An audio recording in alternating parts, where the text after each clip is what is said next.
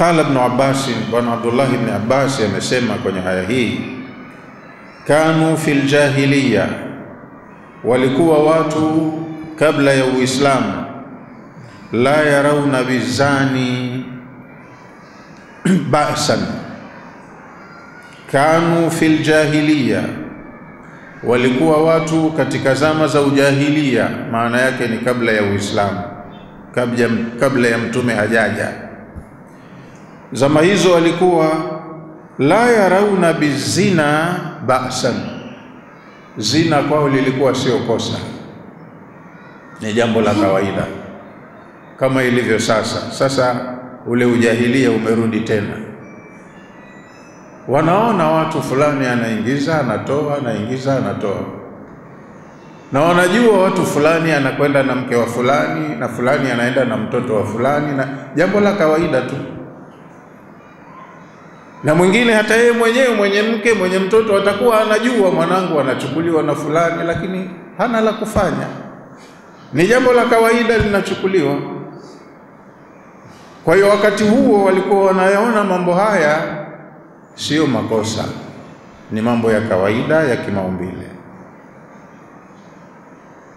Lakini wanakuwa wanasema sio makosa fi sirri, ikiwa yanafanywa sirini. Mtu anajitahidi kuficha mambo yake, basi hata wanaojua madamu mwenyewe anajificha, hiyo inakuwa hawajali nayo sana. Itamuuma mtu labda kafumania kakuta live, lakini kama watu wenyewe wana mipango yao hawaonekani, sio tatizo.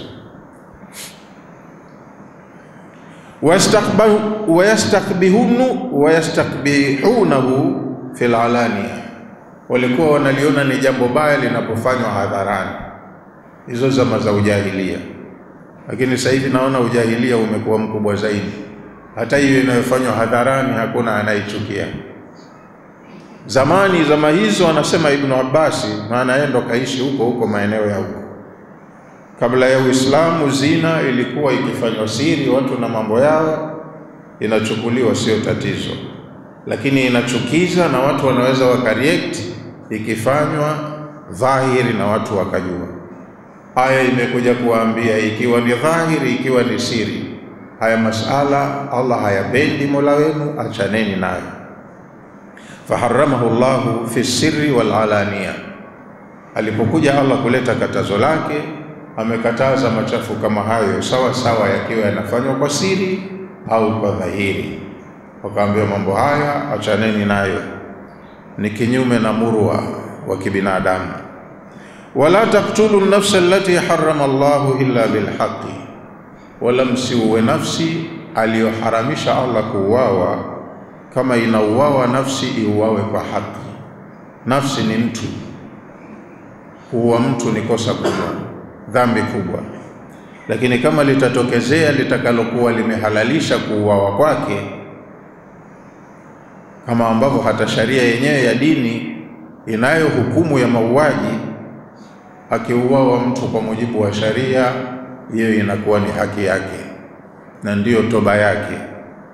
Kama hakupitishiwa hukumu hiyo hapa duniani, kwa kosa lake atakwenda kupitishiwa hukumu na Mwenyezi Mungu Rahmani siku ya Kiyama. Anayehukumiwa duniani kwa sharia ya dini, kesi yake ndio imeisha. Maana yake kahukumiwa kwa sharia za Mungu yule yule ambaye huko ataenda kumhukumu. Akihukumiwa hapa mtu kwa sharia ya dini, ndo toba yake, kesi yake imeisha. Lakini kama hakuhukumiwa, kesi yake bado ipo, ataenda kuhukumiwa huko mbele ya safari. Kwa hiyo asiuawe mtu ila kwa kesi anayostahiki kuuawa. La taqtulu an-nafsa al-bari'a, musiuwe nafsi isiyokuwa na makosa. Asiuawe mtu asiye na kesi ya kustahiki kuuawa. Allati, nafsi ya mtu ni nafsi ambayo harrama Allahu qatlaha, Allah ameharamisha kuiua. Illa bimujibin, isipokuwa kwa lile linalowajibisha kifo. Kaua, anakwenda mahakamani, uthibitisho ukimkumba, na yeye anastahili kuuawa. Kwa hiyo anauawa kisheria, hapa wauaji watakaomuua hawatakuwa na kosa, wameabudu. Anayeua muueni, lakini kuna utaratibu. Ni kesi lazima iende mahakamani, watu wenye fani ya sharia watawaita walalamikaji, walalamikiwa, wadai ushahidi. Ushahidi ukimtia hatiani anapewa hadi, anauawa. Waqad fassarahu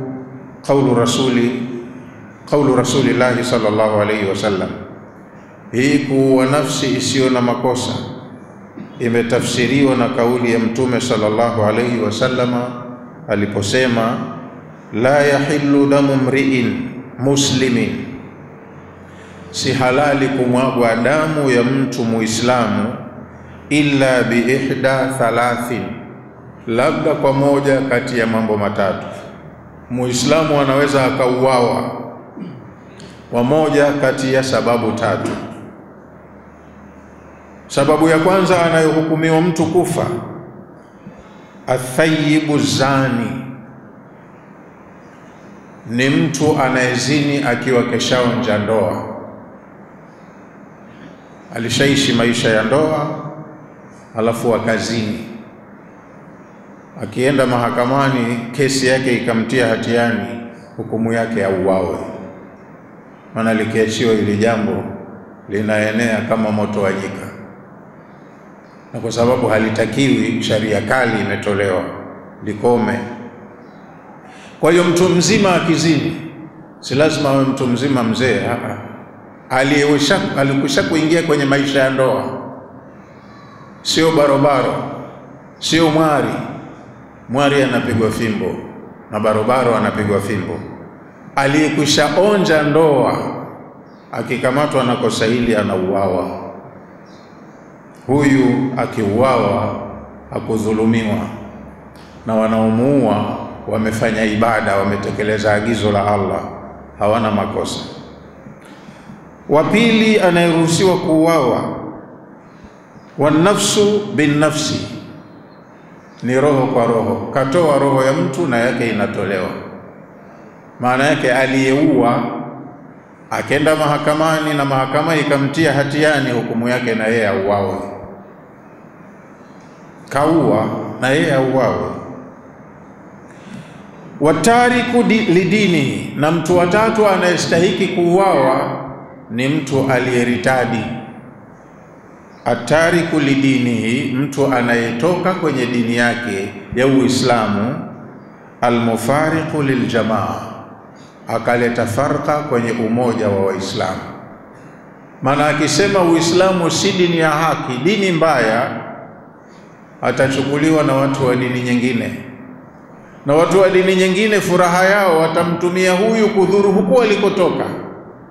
Nyinyi aliyewatoroka hamtosalimika mkimwacha huyu msaliti. Sawa sawa na nchi zimeingia vitani, askari wa nchi moja katoroka upande wa kwao, akenda akajiunga na watu wa upinzani. Ndiyo, huku kuna wenziwe, wakimkamata inakuwaje? Kawasaliti, hafai kuendelea kuishi kule, atatumika vibaya. Huko anajua mengi, anajua siri nyingi, watamtumia vibaya kwa madhara ya alikotoka. Kwa hiyo hizi ndo sababu tatu zilizoruhusu Muislamu kuuawa. Mzinifu, mtu mzima aliyekushaonja ndoa, anauawa. Ili tatizo, kosa hili tunalifuta kabisa, halitakiwi kwenye jamii yetu. Aliyeua kwa makusudi anauawa, kwa sababu na hili ni tatizo. Wengine wanaweza wakakopia, mbona fulani kakerwa na fulani kamtupa na haikuwa neno, na mimi kanikera fulani ninamtupa, litaendelea. Anayezoea kufanya makosa kama haya haridhiki kufanya mara moja, atadhuru tena, aondoshwe. Watariku lidinihi, na mtu wa tatu ni mtu aliyeritadi akaacha dini yake. Almufariqu liljamaa, akaleta farqa, kafarakana na jamaa, watu wake, dini yake ya awali. Huyu mnamtafuta haswa, halafu muondoe duniani. Hiyo ni hadithi ya Mtume sallallahu alaihi wasallam. Kwa hiyo hairuhusiwi mtu kuua mtu ambaye kalindwa na sharia, damu yake ni tukufu, ameharamisha Allah damu yake kumwagwa. Msimwage damu ya mtu. Dhalikum wasakum bihi, hayo ni mambo ambayo Allah anawahusieni kwayo, wasia wa Allah kwenu huo. La'allakum ta'qilun, kama mtazingatia hivi vitu mtafahamu, yatawaingia akilini mwenu maamuzi ya Allah na mtauona umuhimu wake. Dhalikumul madhkur, haya yaliyotajwa kwenu, huwa ma awsakumullahu ta'ala, haya ndiyo aliyokuhusieni Allah mtukufu, bihifdhihi, muyahifadhi, wa amarakum bihi, amekuamrisheni mambo haya, amran muakkada, amri ambayo imewekewa uzito. Haya yamepewa uzito kwenye maisha yenu ya kawaida ya kijamii, muzingatie wasia huu wa Allah. La'allakum tastarshiduna bi'uqulikum, kama mtapractice maagizo haya, basi akili zenu zitakupeni rushd, uongofu, mtaongokewa, mtafahamu faida ya mambo haya. Ila fawaidi hadhihi takalifi, mtajua faida za maagizo haya. Wa manafi'ihim fi dini wa dunia, na mtaweza kujua manufaa yake maagizo haya kwenye maisha yenu ya dini na maisha yenu ya kijamii katika dunia yenu.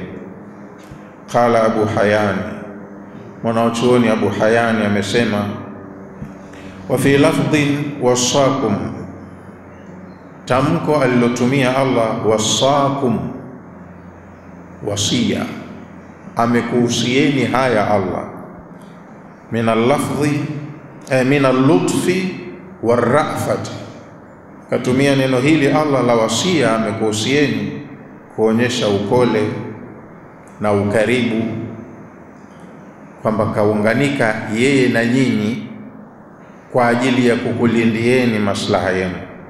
Waja'alahum awsiya Allahu ta'ala, ameyajalia Allah maagizo haya ni kama wasia wake, na nyinyi ndio mliohusiwa wasia huo. Ma la yakhfa min al-ihsan, kama mtazingatia wasia huu wa Allah, basi mtapata faida ambazo hazina idadi za wema wa Allah aliyokufanyieni. Yote moja moja ukiyachanganua, unaona madhara yake. Madhara ya zina kwenye jamii makubwa kwa watu wenye akili. Madhara ya mauaji kwenye jamii makubwa kwa watu wanaofahamu. Madhara ya usaliti, kama hivi mlikuwa mna ndugu yenu kwenu kwenye familia, kwenye nchi, katoka kenda kuungana na maadui zenu, ili jambo madhara yake makubwa. Ndio maana Allah kausia, na wasia unakuwa una nguvu zaidi kuliko amri. Kusema ninakuhusieni kuna nguvu kuliko kusema ninakuamrisheni. Kumjua kwamba Allah yuko pamoja na nyinyi, haya masala kayapa uzito kwa kuonyesha anazingatia na anajali maslahi yenu.